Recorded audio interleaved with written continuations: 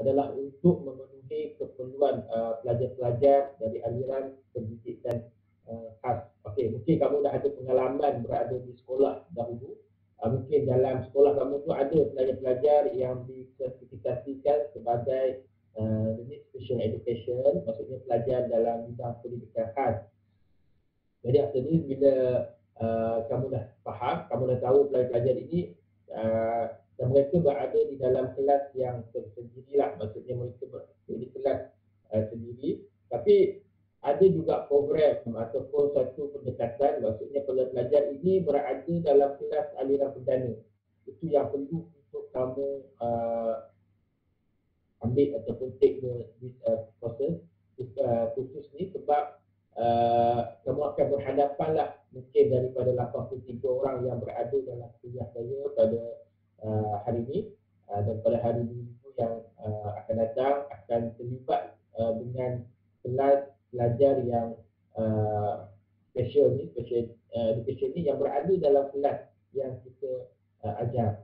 Contohnya kita memang ajar aliran matematik ke, sains ke, fizik ke, tapi pada masa yang sama dalam kelas kita tu ada pelajar yang daripada aliran ataupun pelajar yang kurang upaya ataupun pelajar pendidikan khas. Jadi nanti akan dijelaskanlah untuk minggu yang akan datang apa itu yang dinamakan pelajar dalam aliran pendidikan khas, apa dia punya kategorinya dan apa dia punya area dia, ataupun apa dia punya masalah yang berlaku. Jadi pendekatan approach tu adalah different di antara sesuatu student dengan sesuatu student based on kepada what is the problem lah. Mungkin ada yang masalah dari segi penglihatan, mungkin adalah dari masalah pendengaran, dan kita kena lah apa juga masalah itu menggunakan pendekatan yang sesuai. Sebab untuk belajar pendidikan inklusif ini kita tak boleh ataupun tak berapa sesuai kita menggunakan mungkin pendekatan yang untuk pelajar yang normal kan. Mungkin kita ada 40 orang dalam satu kelas dan mungkin dalam 3 ataupun 4 orang pelajar ni adalah daripada aliran pendidikan khas kan, pelajar yang normal ni. Jadi bila kita pendekatan yang kita gunakan tu adalah mesti berbeza lah. Tapi sebenarnya untuk secara generalnya hanya ada 5 orang, 5 orang yang maksimum lah yang boleh masuk dalam kelas, satu kelas aliran perdana. Contohnya mungkin kamu di sini ada yang ajar subjek matematik, hanya 5 orang je yang boleh masuk. Contohnya di kelas tu ada 40 orang, hanya 5 orang sahaja yang akan terlibat dalam kelas pendidikan inklusif ni. Maksudnya tak boleh sampai 10 orang, bila sampai 10 orang tu dia dah melebihi kapasiti dalam kelas. Mungkin menyesuaikanlah untuk guru untuk mengendalikannya. Okey. Ada yang bertanya pembentangan untuk sesi ini akan bermula mengikut performa. Semua harap dah ada performa yang telah saya berikan dan telah dibekalkan oleh Dr. Kamar sendiri dalam group, dalam guru ambil ataupun kalau tak ada ni kita masuk dalam WhatsApp group. Okey, jadi ikut kumpulan tu minggu ni adalah minggu yang pertama. Jadi saya akan bentangkan dulu untuk bermula pada minggu hadapan tajuk yang kedua. Okey, dan saya juga akan membentangkan juga tajuk yang kedua. Cuma kamu bentangkan yang tajuk yang kedua. Okey. Bermula pada minggu hadapan.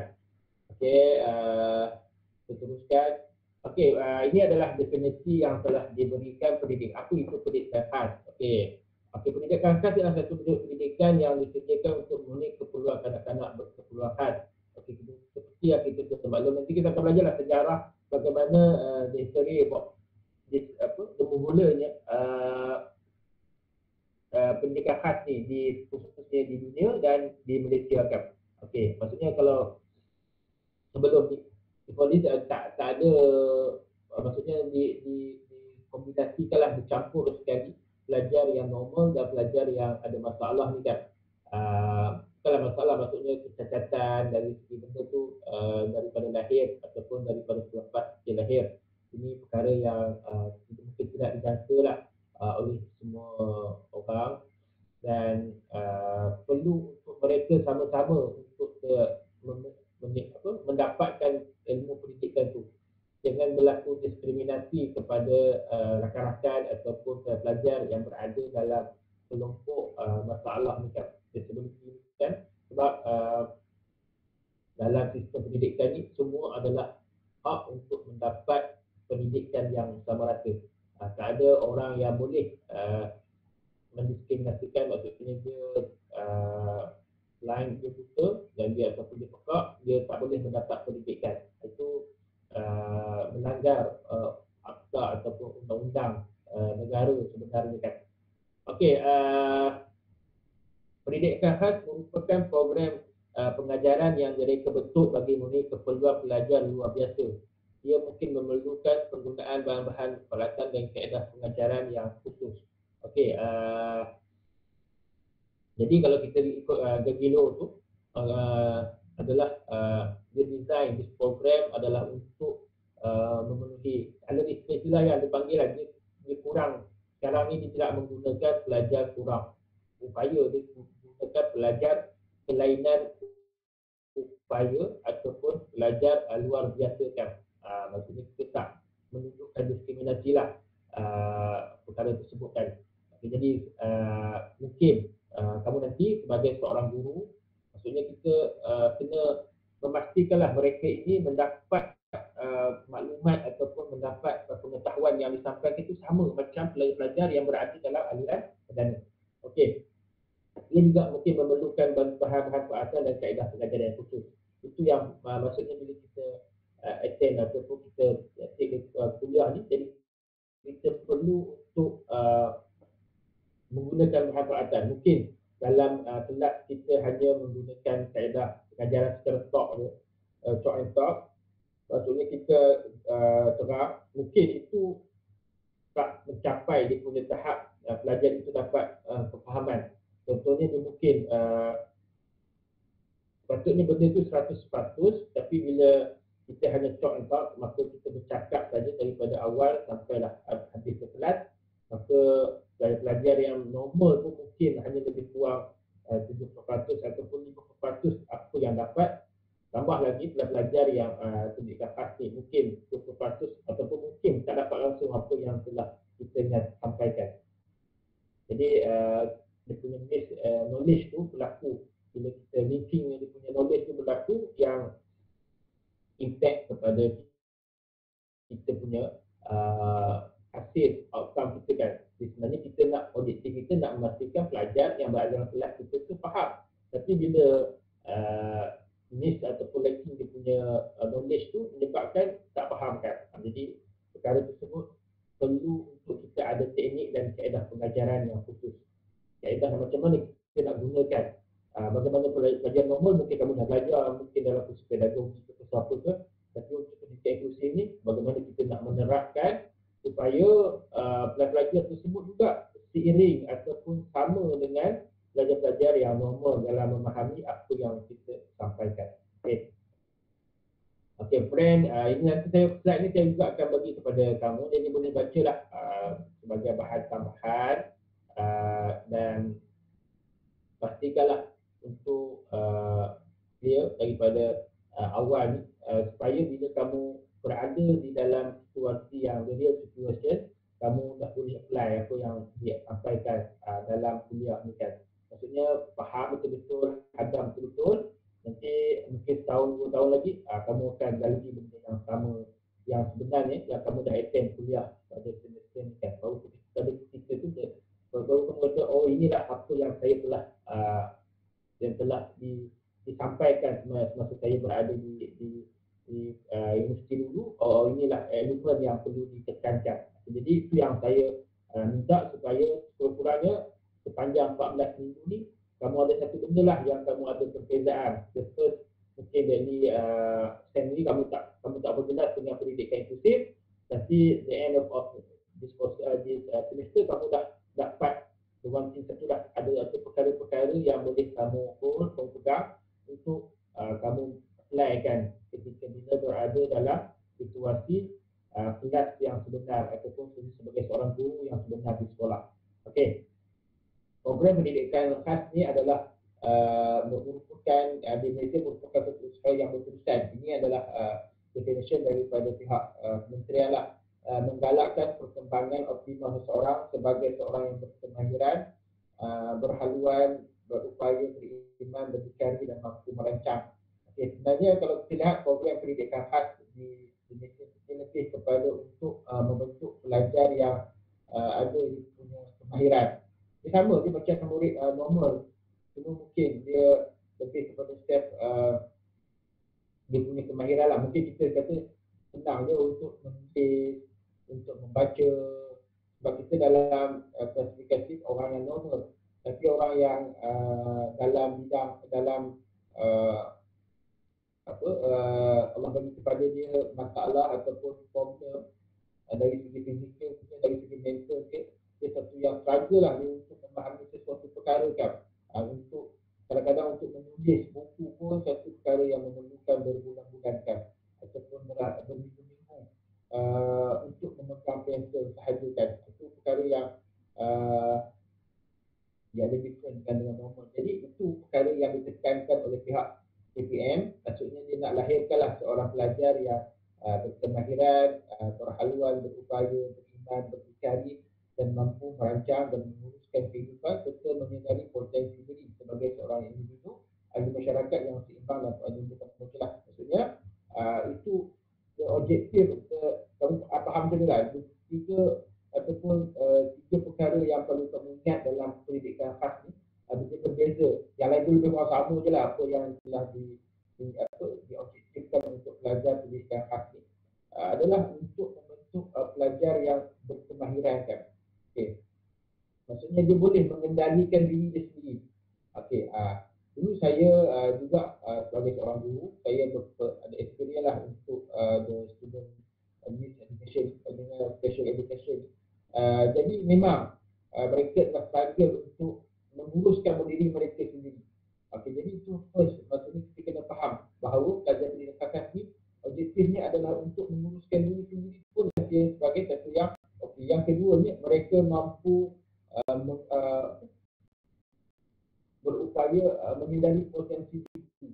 Contohnya kan, dia tahu dia punya kepakaran dia dalam bidang lebih kepada pertukangan ataupun itu kamu lihat setengah pelajar pendidikan khas ni dia ada yang practicality dia lebih tinggi lah dengan teori kan. Mungkin ada yang bertukang, ada yang banyak lebih kepada hands on ataupun lebih kepada pergerakan psikomotor dalam proses pembelajaran dia. Maksudnya dia belajar 15 minit, okey lagi masa balance 45 itu maksudnya 40 minit mungkin sejam setelah tersebut dia akan gunakan untuk practicality lah. Contohnya pergi mengetuk, buatlah apa-apa kalau lebih kepada pertukangan lah. Tapi kalau dia lebih kepada ataupun perkebunan, maka dia akan pergi menanam lah. Mungkin 15 minit tu, mungkin 15 minit tu guru akan beri penerangan berkaitan dengan apa yang perlu ditanam, apa yang perlu dibaca. Okey, jadi after 15 minit tu dia akan buat aktiviti tersebut. Itu perkara yang maksudnya dia menyadari potensi dia punya tendensi dia tu menghala ke mana. Okay. Yang ketiga adalah dia perlu untuk berupaya untuk merancang. Okey, ini perkara yang level tinggi sikit lah. Okay, maksudnya dia tahu apa yang dia nak buat pada hari itu. Tapi kalau yang paling minimum, paling basicnya adalah dia mampu menguruskan kehidupannya. Itu pun dah dikira sebagai sesuatu yang jelas ataupun sesuatu yang benchmark untuk pelajar pendidikan khas. Kita masuk lagi pendidikan inklusif ini baru pelajar pendidikan khas. Dia ada kategori, bukan semua pelajar pendidikan khas ini boleh ditransferkan kepada pelajar pendidikan inklusif. Kalau yang ada masalah teruk, contohnya dia ada hyperactive, mungkin dia ada masalah gangguan pola kapal tu, perkara-perkara yang boleh mengganggu dalam kelas, itu tidak boleh ditempatkan dalam pendidikan inklusif. Dia hanya perlu untuk pelajar yang sekolah ataupun pihak pentadbir sekolah dia adalah dia punya kriteria ataupun ada daripada pihak Jabatan Pendidikan ataupun daripada kementerian apakah kriteria yang perlu dipatuhi sebelum pelajar tersebut ditransferkan daripada kelas pendidikan khas kepada kelas pendidikan inklusif. Okey, di situ jelas apa yang nak dinyatakan dan disampaikan. Kita harap semua lebih kurang 77 orang ni faham apa yang saya sampaikan pada pagi ni. Okey, sebenarnya selepas saya akan terangkan mungkin dalam masa 40 minit, lepas tu kita akan ada sesi perbincangan lah. Mungkin kamu ada pandangan. Jadi saya nak lebih kepada interaksi lah, interaksi di peringkat yang tinggi ni, peringkat pengajian tinggi ni perlu ada interaksi dua hala lah. Supaya saya tahu di manakah perkara-perkara yang perlu kamu lebih faham ataupun mana-mana perkara yang maksudnya lompanglah dalam penerangan yang saya sampaikan ni. Okey, jadi mohon untuk mengikuti dengan jelas dan dapat ambil info yang berada. Kalau tak ada slide tu pun kamu dah baca dulu ataupun explore dalam berbagai-bagai sumber yang tak ada pada masa sekarang ni. Tapi bila explore menggunakan menggunakan research tu, maksudnya pastikanlah benda-benda itu adalah perkara yang sesahannya lah, pasti ada betul dan dia tidak tepat. Pastikan dia betul lah, jangan ada perkara-perkara yang tidak meragukan. Bila meragukan tu boleh tanya kepada saya jika tak ada ataupun ada perkara-perkara yang meragukan. Okey, kita okey, ada yang nak bertanya tu sebelum saya teruskan untuk slide yang berikut ni?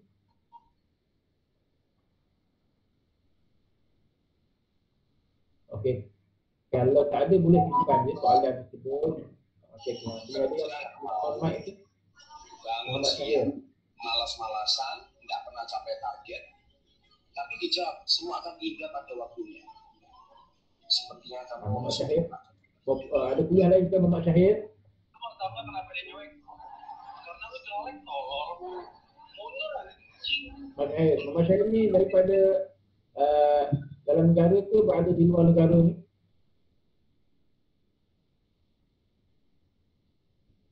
Tak apa. Mungkin ada yang Saya nak tanya. Okey, Fatin Sofia. Muhammad Syahid tolong tutupkan mic tu. Doktor nak tanya kalau berkenaan dengan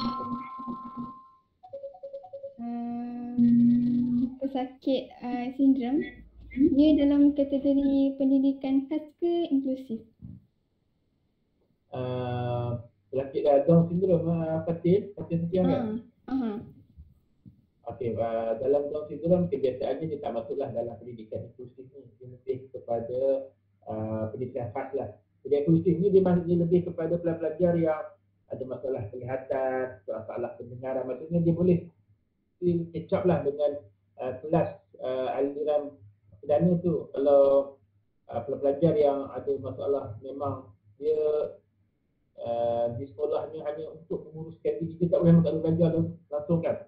Tapi kalau yang pendidikan sini biasanya dia sekolahnya, maksudnya dia masih boleh belajar lah, cuma dia mungkin ada masalah fizikal, mungkin dia ada cedatan kaki, tak ada kaki ke, tak ada tangan ke, ataupun dia masalah pendengaran. Dia boleh dengar tapi dia tak berapa jelas clear apa yang guru sampaikan.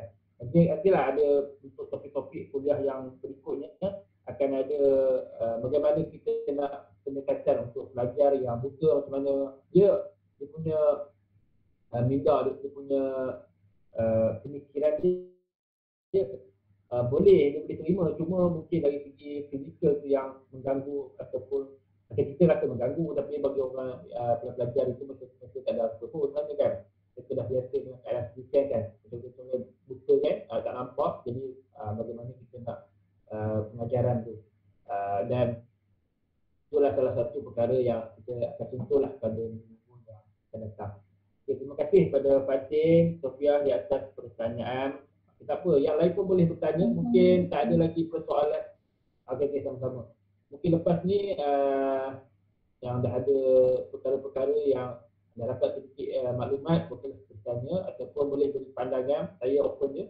Dan Nanti mungkin untuk sesi yang kedua, ini sesi yang pertama saya beri penerangan dulu lah. Untuk sesi yang kedua nanti saya akan jelaskan dan saya buka lah untuk berilah pandangan saya dengan saya terima je apa yang kamu semua berikan. Jangan rasa takut nanti jawapan yang berikan salah ataupun nanti rakan-rakan rasa macam nampak macam tak pandai. Tak ada apa. Yang apa yang kamu berikan tu adalah benda yang betul. Selagi kamu cakap benda yang dalam pendidikan Islam, bolehlah kamu beritahu benda yang lain kan. Itu dah keluar lah daripada tajuk kan. Tapi selagi perkara itu berada dalam lingkaran pendidikan inklusif, saya rasa jawapan yang begitu adalah betul dan boleh diterima kan. Okey. Jadi saya teruskan untuk slide yang berikutnya. Nanti kita akan break lah sebentar, mungkin 5 minit hingga 10 minit. Okey, kita akan tamatkan kuliah ni pada pukul 9.30, 9.30 kita akan berhenti lah. Untuk kamu selain daripada kamu dapat dari kuliah ni, kamu explore lah daripada bahan-bahan lain, bahan bacaan lain. Mungkin itu perkara-perkara yang boleh untuk kamu dapat. Okey. Dan untuk makluman juga, sekiranya kamu ada masalah gangguan internet pun juga boleh maklumkan kepada saya. Sebab ialah biasa kita menggunakan kaedah secara maya ni, kadang-kadang jelas, kadang-kadang tak berapa jelas, kadang-kadang ada masalah internet lah apa tak, nanti boleh maklumkan. Okey, pendidikan lepas ni dia adalah dirancang secara sendiri, dilaksanakan secara teratur. Maksudnya dia ada plan ataupun sukatan yang tersendiri. Okey, mungkin kamu ada masa di sekolah dulu ada dengan pelajar yang daripada aliran pendidikan khas ni, kamu dah berjumpa mereka ada sukatan sendiri.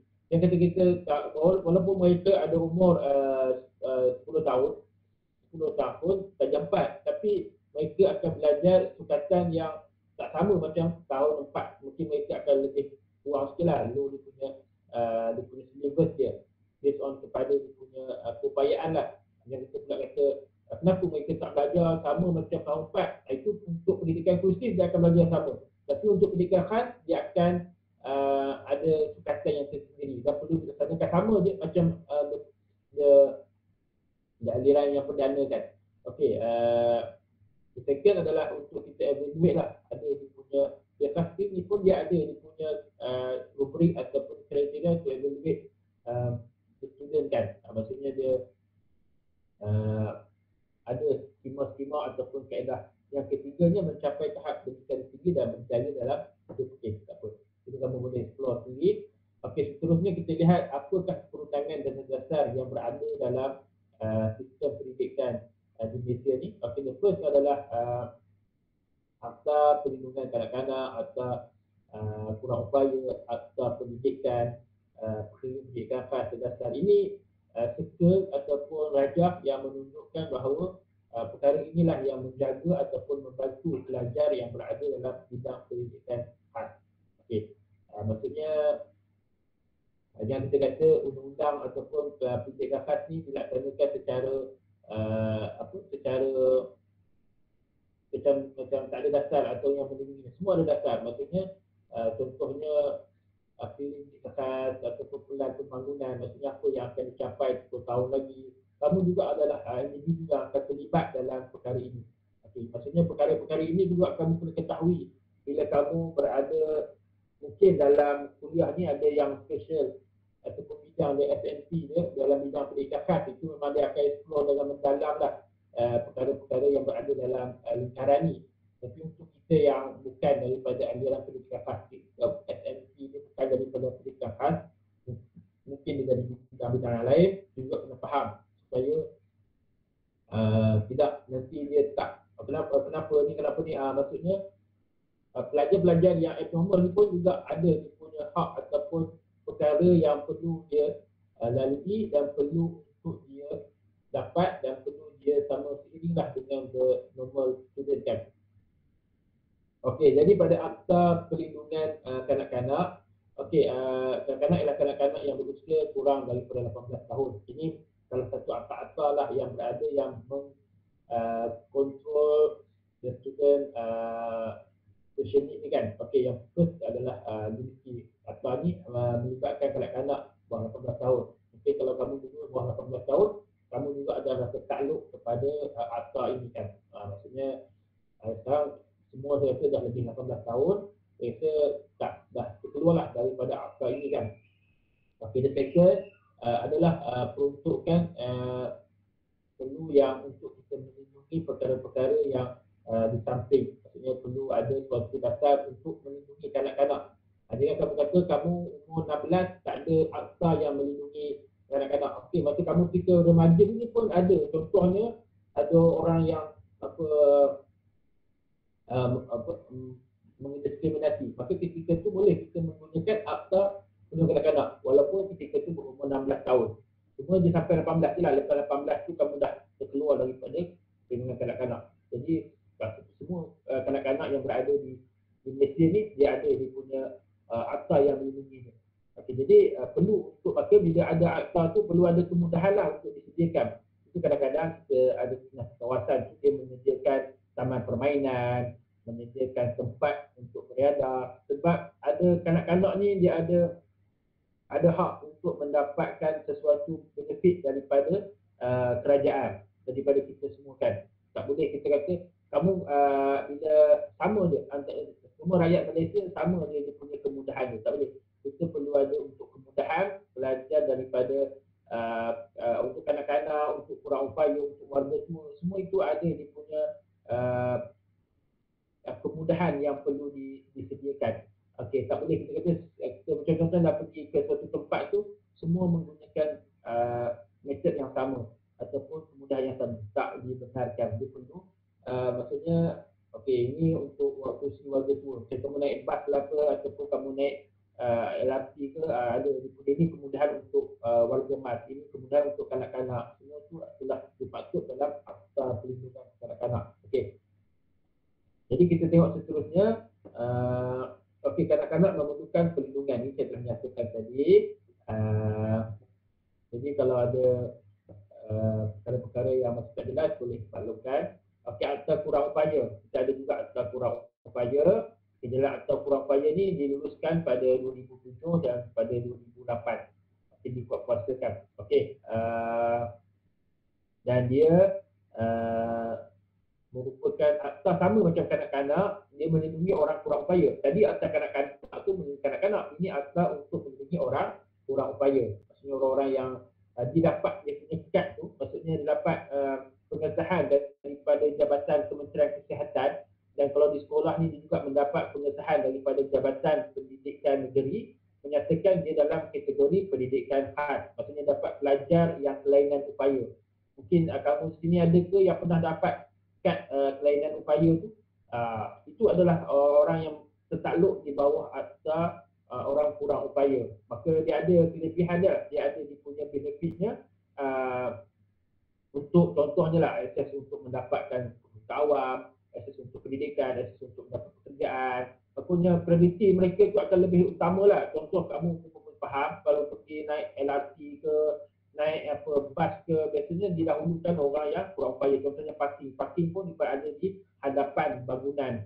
Ataupun kamu pendidikan, ada kota untuk pelajar pendidikan khas, pelajar yang special education ni kan. Bila kamu ada kad kurang upaya tu, contohnya kamu nak memohon beasiswa untuk memohon bantuan. Okey, banyak daripada bantuan-bantuan tu diutamakan ke pelajar-pelajar dalam aliran khas kan. Berbanding bila kamu berada dalam normal ni, banyaklah perkara yang kena fight ataupun kena lalui lah. Tapi bila berada dalam kamu dikenali sebagai pelajar yang kurang upaya, maka kamu akan dapat suatu kad, dan benda itu kamu akan tidak berada landasan pelajar normal. Kamu akan bersaing dengan pelajar kurang upaya. Kalau kamu bukan Paralimpik lah, Paralimpik bagaimana sukan Paralimpik itu diwujudkan untuk tersendiri, sukan untuk kurang pendek, orang yang kelainan upaya. Dia tak akan fight sama dengan pelajar yang orang yang berada normal untuk sukan Olimpik. Dia terpaksa masuk dalam kategori sukan Paralimpik kan, sebab dia punya situasi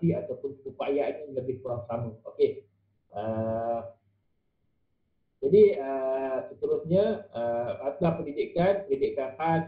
Ini dekat sekolah lah. Ada akta pendidikan khas, peraturan pendidikan khas yang 1997 dan terkandung dalam akta pendidikan 1996. Kamu kena ingatlah akta-akta ni dan apa semua perkara yang dasar-dasar tu supaya bila kamu berada dalam situasi yang sebenar, kamu dah jelas apa perkara yang perlu kamu laksanakan. Dan sekarang pada benda ni juga akan ditanya ataupun disoalkan dalam kursus ni. Jadi dua perkara, pertamanya untuk kefahaman ilmu kamu, yang keduanya untuk kamu khususnya untuk mahir dalam untuk mendapat kita percaya fahamlah kamu ada tujuan mungkin 2 ataupun 3 mengikuti kursus ni. Pertama, kamu mungkin nak dapat keputusan yang terbaik dalam pendidikan inklusif ni kan. Kalau boleh semua nak dapat A lah dalam pendidikan inklusif ni. Selain daripada untuk target atau kamu ada matlamat yang kamu tetapkan tu, yang keduanya adalah untuk kamu faham supaya kamu dapat aplikasikanlah dalam situasi yang sebenar nanti. Jangan ada yang bila berada di situ sebenar, walaupun dia dah belajar masa dekat universiti dulu, dia masih tak faham apa perkara yang benar, perkara yang dia perlu laksanakan. Itu maksudnya ada something lah yang kamu telah lakukan ketika berada di peringkat universiti dulu. Okey. Jadi ini program-program pendidikan khas. Okey, dasar-dasar ni. Okey, saya akan break sebentar, lebih kurang 5 minit. Okey, jadi sekali saya lebih kurang lagi 3-4 slide saja yang risau. Kita akan tamat dalam pukul 9 dan pastikanlah selepas kamu keluar daripada kuliah ni, kamu dah ada kefahaman awal tentang tajuk ini. Okey. Dan kita breaklah sebentar dalam sampai 9.10 ataupun 9.11. Kita akan sambung pada lepas lah, sambung pada pukul 9.11. Okay.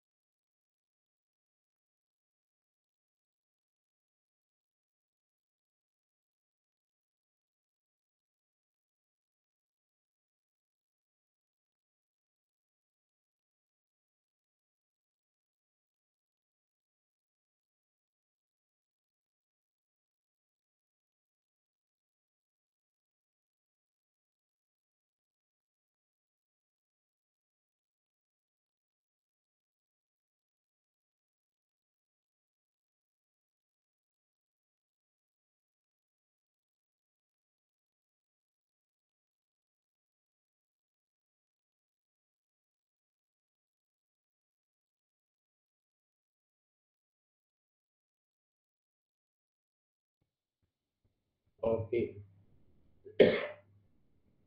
Okey, sebenarnya saya dah buat Padlet, tapi Padlet tak boleh buka untuk kamu masukkan komen ataupun refleksi yang kamu dapat pada kuliah pada hari ini. Okey. Tak apalah, nanti kalau anda kata benda ni okey, nanti saya akan masuk dalam grup lah.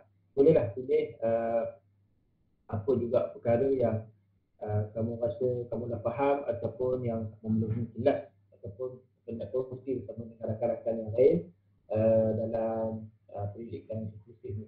Okey, ada yang bertanya tentang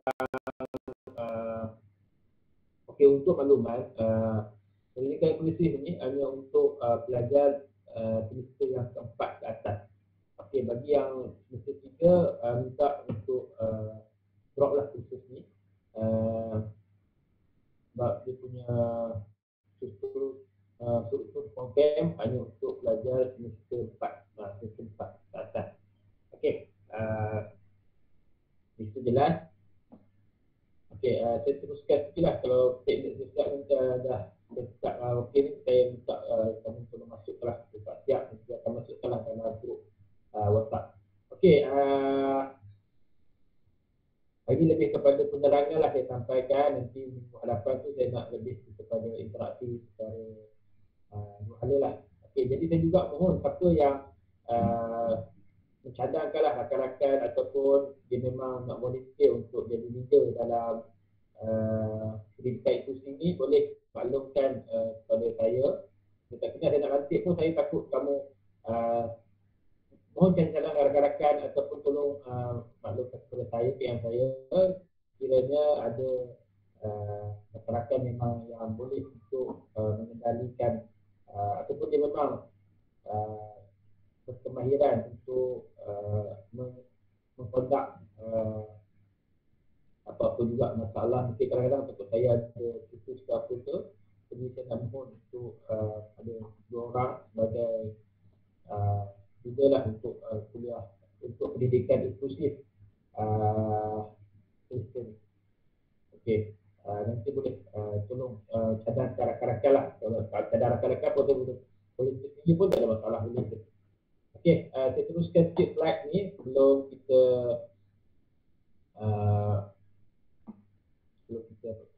berhenti lah, sebelum kita berinteraksi. Mungkin kamu ada pandangan selepas ni, ada soalan ke yang nak ditanya. Okey, jadi saya dah jelaskan asas pendidikan khas. Sebenarnya program pendidikan khas, ada sekolah pendidikan khas, pendidikan khas integrasi. Okey, ini yang perlu kamu tahulah dia punya ataupun dia punya kebahagiaan dia. Maksudnya kata pendidikan khas dia mesti sama dengan pendidikan khas ke? Tak sama. Pendidikan khas lain. Pendidikan khas berada di atas dan diberi pada tiga komponen lah. Yang first adalah sekolah pendidikan khas. Di Malaysia ni hanya ada berapa tempat ni yang memang ada full seperti sekolah pendidikan khas. Maksudnya dia tak ada pelajar normal. Dia overall dia punya student dia adalah daripada yang kelainan upaya kan. Okey, itu bukan semua negeri ada. Dia hanya ada 2-3 kebangsaan ni. Dan yang kedua adalah program pendidikan khas integrasi.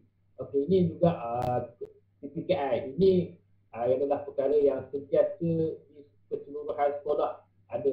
Kalau tak ada pun mungkin di satu daerah tu dia ada lebih kurang 20 daripada lebih kurang 60% lah dia punya sekolah-sekolah di suatu daerah tu dia ada program pendidikan khas.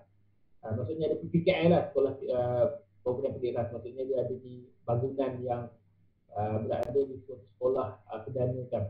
Mungkin selepas saya minta dalam masa 10 minit untuk kamu berikan feedback lah pengalaman kamu berada di sekolah dulu. Mungkin kamu ada rakan-rakan yang berada dalam PPKI ni, kelas pendidikan khas ni, mungkin boleh berkongsi. Rasa lebih kurang 83 ni semua ada, mungkin majoriti ni ada di sekolah dulu, dia ada rakan-rakan ataupun ada kelas pendidikan khas ni. Yang ketiganya adalah program pendidikan inklusif. Inilah yang kita nak lalui 14-13 minggu sebelum 14 minggu ni. Maksudnya pelajar yang abnormal ni ataupun pelajar yang disable ni yang kurang upaya, kelainan upaya ni dia berada dalam kelas aliran perdana. Maksudnya mungkin kamu juga ada pengalaman dulu, ada rakan yang memang daripada pelajar pelajar yang kelainan upaya ni masuk dalam kelas yang kita lalui kan. Kira lah SPM ke, kira lah CP3 ke, mereka akan bersama-sama belajar. Mungkin mereka tak semua subjek lah, mungkin ada subjek bahasa Melayu ataupun subjek salah sahaja, dan selepas tu mereka akan masuk kembali ke kelas PPKI, Program Pendidikan Khas Integrasi. Itu perkara yang bergantung kepada keadaan pelajar, bergantung kepada situasi sekolah. Itu semua perkara yang berbagai-bagai keadaan. Kita ni hanya belajar secara teori untuk pengetahuan, dan selepas daripada kefahaman teori ini, bila berada di sekolah yang sebenar, di situasinya mungkin akan berubah. Okay, jadi tapi yang pentingnya kamu dah ada pengetahuan, kefahaman mengenai pendidikan inklusif ni ataupun pendidikan khas ni. Okey. Ini dasar-dasar berkaitan dengan pendidikan khas. Okey. Maksudnya ini perkara-perkara yang sama macam yang dekat tadi. Maksudnya perkara ini menjaga pelajar pendidikan khas. Tak boleh kita, maksudnya kalau kita jadi nanti sebagai seorang guru, saya tak nak pelajar pendidikan yang kelainan upaya ni masuk dalam kelas saya.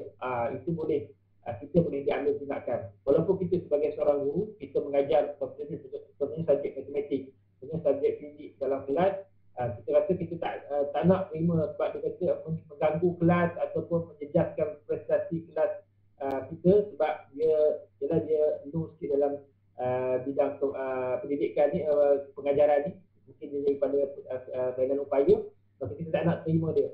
Maka itu tidak dibolehkan. Mungkin kita boleh diambil tindakan, dan silap gaya boleh dipenjarakan atau didenda, dibawa ke mahkamah disebabkan kita menafikan hak-hak pelajar yang kelainan upaya ni.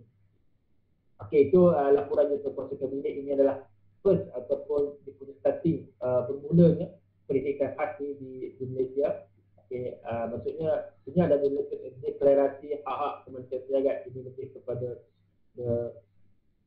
lower lah, maksudnya di dalam pendidikan.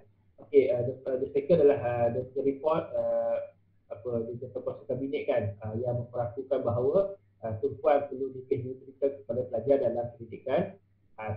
Okey, ini tahun 78 laporan. Kalau kamu nanti kamu untuk kefahaman, anda kata ada soalan quiz bertanya, bilakah sebenarnya starting ataupun bermula penekanan emphasize about this inclusive education ni, ataupun special need education ni adalah pada tahun 1978. Itu starting ataupun permulaan untuk pendidikan khas ini ditekankan, dibudayakan. Sebelum ni memang ada, tapi cuma dia tidak lebih bersifat khususan seperti yang ada masa pada sekarang. Okey, contohnya akta pelajaran.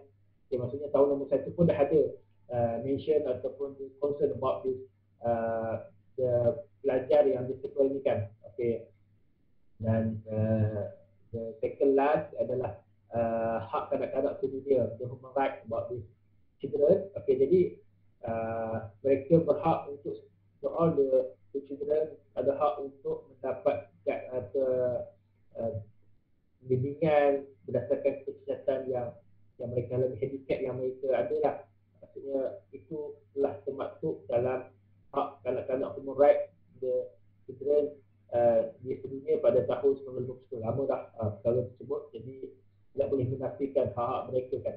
Okey, sebenarnya juga dalam pelan pembangunan pendidikan Malaysia, dan kita yang terakhir sistem pendidikannya boleh dipastikan kepada 5 dimensi kan. Ini perkara yang saya sentuhkanlah pada minggu yang akan datang.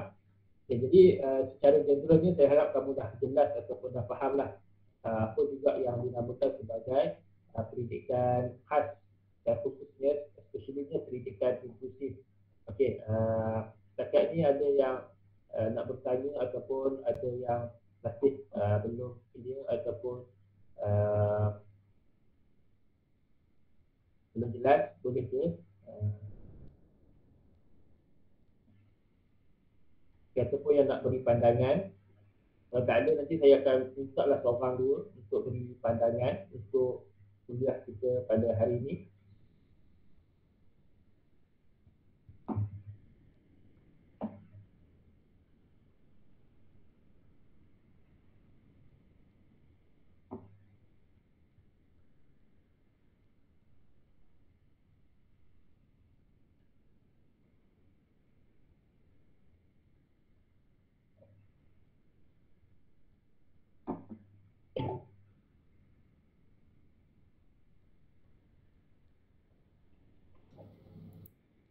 Okay.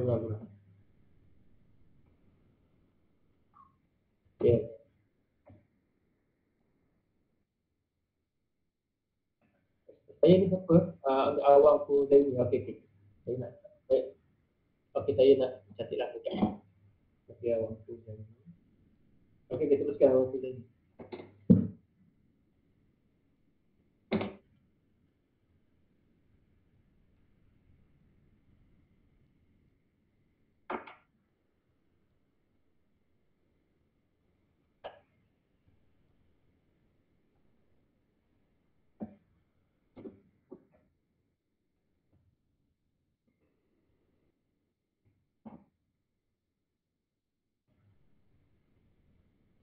Okey, itu saya lebih nak menjawabnya lebih kepada pihak berkuasa lah, tapi boleh je untuk maksudnya boleh mungkin dia ada hak dari segi itu bila pihak mahkamah dia melihat mungkin orang ni adalah orang yang kurang upaya atau kurangkan upaya, jadi mungkin macam contohnya orang yang gila lah ataupun yang ada masalah mental, dia punya kelebihan ataupun dia akan terlepas lah, tapi itu bergantung kepada keputusan mahkamah lah untuk menentukan, tapi memang dia akan ada sedikit kelebihan lah dari segi aspek itu.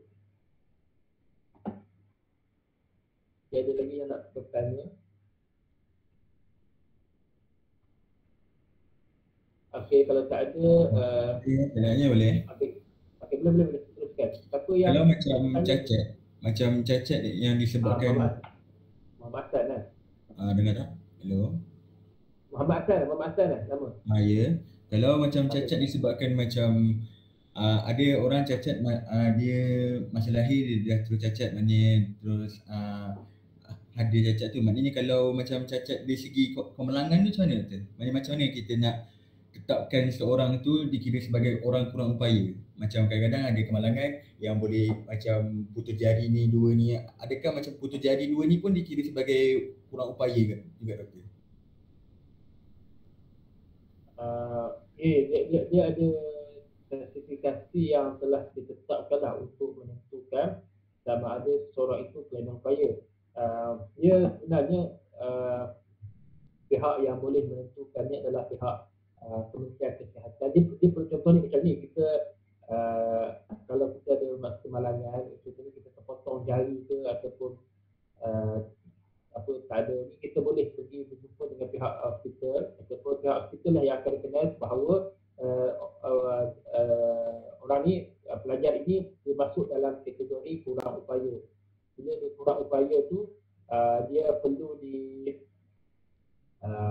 jelas suara saya ni perlu untuk dimasukkan ke dalam kelas pendidikan inklusif, sebab dia hanya minda dia okey, cuma jari dia, tangan dia mungkin tak ada, terputus kan. Sebelum ni dia okey, lepas tu mungkin terputus tangan dia, jadi mungkin accident ke apa ke, jadi dia boleh masuk dalam kelas, dia masuk dua tempat lah, aliran perdana ataupun aliran pendidikan khas. Jadi kalau dia masuk aliran pendidikan khas, maka dia boleh juga ditempatkan dalam aliran perdana, tapi dalam kategori pendidikan inklusif. Dia terima benda yang sama je dengan rakan-rakan yang normal kan. Cuma mungkin sebab ada dan tangan tak ada, mungkin dia guru akan boleh kurangkan lah dari segi pemasukan. Maksudnya akan ada pertimbangan di situ lah. Contohnya kamu mungkin, kita yang normal ni mungkin akan dapat 50 markah dengan menulis 3 esei. Tapi untuk pelajar-pelajar yang inklusif ni mungkin ada kecacatan tangan dia tak ada, mungkin dia ada kesukaran lah untuk menulis 5 esei tu. Mungkin guru ada keupayaan untuk mengurangkan kepada 3 esei, dia dapat 50 markah disebabkan kecacatan yang tangan yang dia ada tu. Itu kalau kita kena 5 esei, kalau dia yang normal ni mungkin boleh 3 esei ataupun 4 esei untuk mencapai tahap markah yang penuh kan. Sama juga dalam peperiksaan yang terdengar lah, peperiksaan SPM ke apa tu, dia ada pemeriksa tu, dia ada pertimbangan yang lain untuk pelajar yang dalam kategori kurang upaya ni, kelainan upaya ni. Okey, jelas. Terima kasih Muhammad Hassan di atas pertanyaan. Ada lagi yang nak bertanya? Assalamualaikum doktor. Assalamualaikum. Doktor, saya nak tanya, apa beza sekolah yang pendidikan khas yang dekat sekolah biasa dengan pendidikan khas yang berpusat tu? Sebab kalau macam kat tempat saya, ada sekolah pendidikan khas yang dia dalam sekolah tu sendiri, dalam sekolah menengah tu sendiri ataupun sekolah rendah kan. Dan ada juga yang memang KPP ke KPK ke nama sekolah dia. Yang memang pusat dia sendiri. So macam ada van ambil, hantar orang, hantar pergi balik lah. Apa beza sekolah tu? Okay, seperti yang saya katakan tadi kan, bahawa sekolah dia ada tiga keadaan tiga keadaan pelajar yang kelainan upaya ni. The first adalah dia memang full sekolah tu memang pendidikan khas, memang daripada tahun 1 sampailah kepada ataupun tingkatan 1 sampailah kepada tingkatan 5, semua daripada pelajar yang ada masalah kurang upaya, kelainan upaya. Tidak ada pelajar normal. Ada satu lagi itu SPK, sekolah pendidikan khas. Tidak ada pelajar normal. Okey, yang kedua adalah macam tadi PPKI, program integrasi pendidikan khas integrasi kan. Maksudnya macam kamu di sekolah ada satu bangunan dia dikhususkan untuk pelajar yang kurang upaya, kelainan upaya ni kan. Dia akan belajarlah, ada guru-guru tinggi kan. Okey, yang ketiganya program pendidikan inklusif yang kamu nak belajar ni. Maksudnya dia masuk ke dalam aliran perdana. Dia ada di sekolah tu ada PPKI, ada sekolah bagian program pendidikan khas ni. Tapi dia juga ditempatkan dalam aliran perdana. Maksudnya berada dalam kelas biasa, dia akan belajar silibus yang biasa. Cuma guru tu dia kena ada kemahiran lah bagaimana nak mengatasi ataupun nak mempermudahkan pelajar yang kelainan upaya ni. Okey, boleh faham Naidatul Syahidah? Ada tak seperti itu tak? Faham. Okey, terima kasih doktor. Okey. Tak apa, nanti kita akan pelan-pelan belajar dalam tempoh 12 minggu ni. Jadi katakan tadi, mungkin selepas tempoh 12 minggu nanti kamu dah lebih faham, lebih memahamilah apa itu pendidikan inklusif. Tak apa, pelan-pelan kita belajar, pelan-pelan kita memahami tentang pendidikan inklusif ni. Tanya kepada yang bertanya pada pagi ni. Ada yang nak bertanya lagi? Okey, saya ada padlet di sebelah tu, nanti boleh tulislah. Kita tulis, tolong tulis nama ni, jangan ada yang ada satu subjek lain sebelum ni dia tak tulis nama, saya tak tahu siapa yang memberi padlet tu. Okey, Muhammad Aiman, buku KPK. Boleh je. Jangan ambil kepada saya, ambil kepada Puan Sarah di Fakulti Pembangunan Manusia yang ada di kampus. Boleh ke Fakulti Pembangunan Manusia, jumpa dengan Puan Sarah dan Puan Sarah, saya ulang lagi sekali, untuk ambil buku KPK tu. Kalau yang ada di area usia ataupun Tanjung Malim lah, tak mahu nak pakai post. Tapi kalau nak post, minggu ni akan bermula post lah kalau yang beli kan. Okay. Alhamdulillah. Ada yang nak bertanya lagi?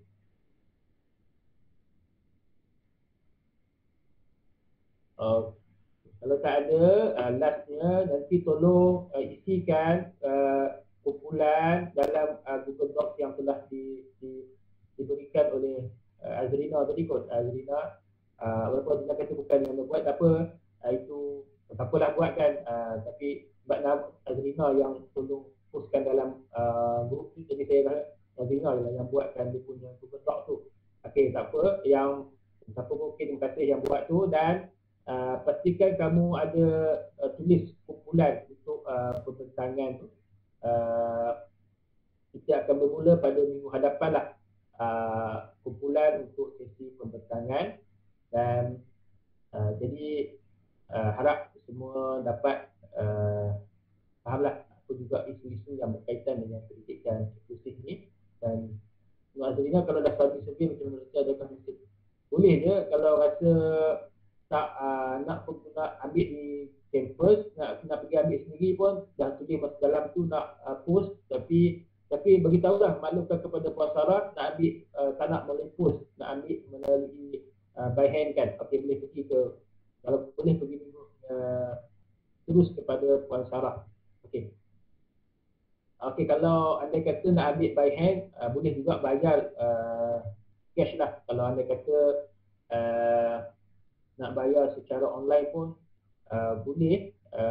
Itu tanyalah Puan Sarah macam mana kan. Tapi kalau anda ambil by hand, bayar terus lah. Tapi kalau anda kata tak ada masalah kewangan tu, boleh bayar secara online. Okay. Doktor nak tanya. Okey, boleh. Wan Azrina, teruskan. Yang platelet tu macam mana dia nak isi apa tu dia tu? Itu isi refleksi lah apa yang kamu faham berkaitan dengan pendidikan inklusif. Sebab saya buka post tulis dalam tu je lah. Tulis dalam tu. Tulis daripada pendek yang kamu faham tentang pendidikan inklusif kan. Contohnya pendidikan inklusif ini adalah bidang berkaitan dengan apa pula yang kamu faham pada hari ni lah. Bukannya tak ada betul salah pun sebenarnya. Saja saya nak tahu lah sejauh mana kamu dah jelas berkaitan dengan inklusif pada hari ini. Bukanlah kita nak perfect seperti kita faham sama kita lagi 14 minggu kan. Mungkin kita apa yang kita faham je lah, apa yang dalam pengetahuan yang kita ada masa sekarang kan. Tak perlulah kamu cari dalam buku ke, nak cari dalam Google ke, tak perlu. Apa yang kamu faham tentang pendidikan inklusif je. Dalam 2-3 baris, 2-3 perkataan pun itu okey. Okey, kalau tak ada, terima kasih tahniah kepada kamu semua di atas hadir pada kuliah pada hari ini. Okey, kita akan berjumpa lagi pada minggu hadapan. Dan saya akan maklumlah kumpulan yang akan membentangkan pada minggu hadapan. Jadi harap kumpulan tersebut dapat kendala aktiviti slide dan juga aktiviti untuk berkongsi dengan rakan-rakan yang lain. Okey, sebarang masalah ataupun tak jelas boleh beritahu kepada saya. Dan okey, tak ada apa lah pun. Okey, terima kasih. Assalamualaikum dan selamat pagi bagi yang non-Muslim. Terima kasih. Okey, sama-sama.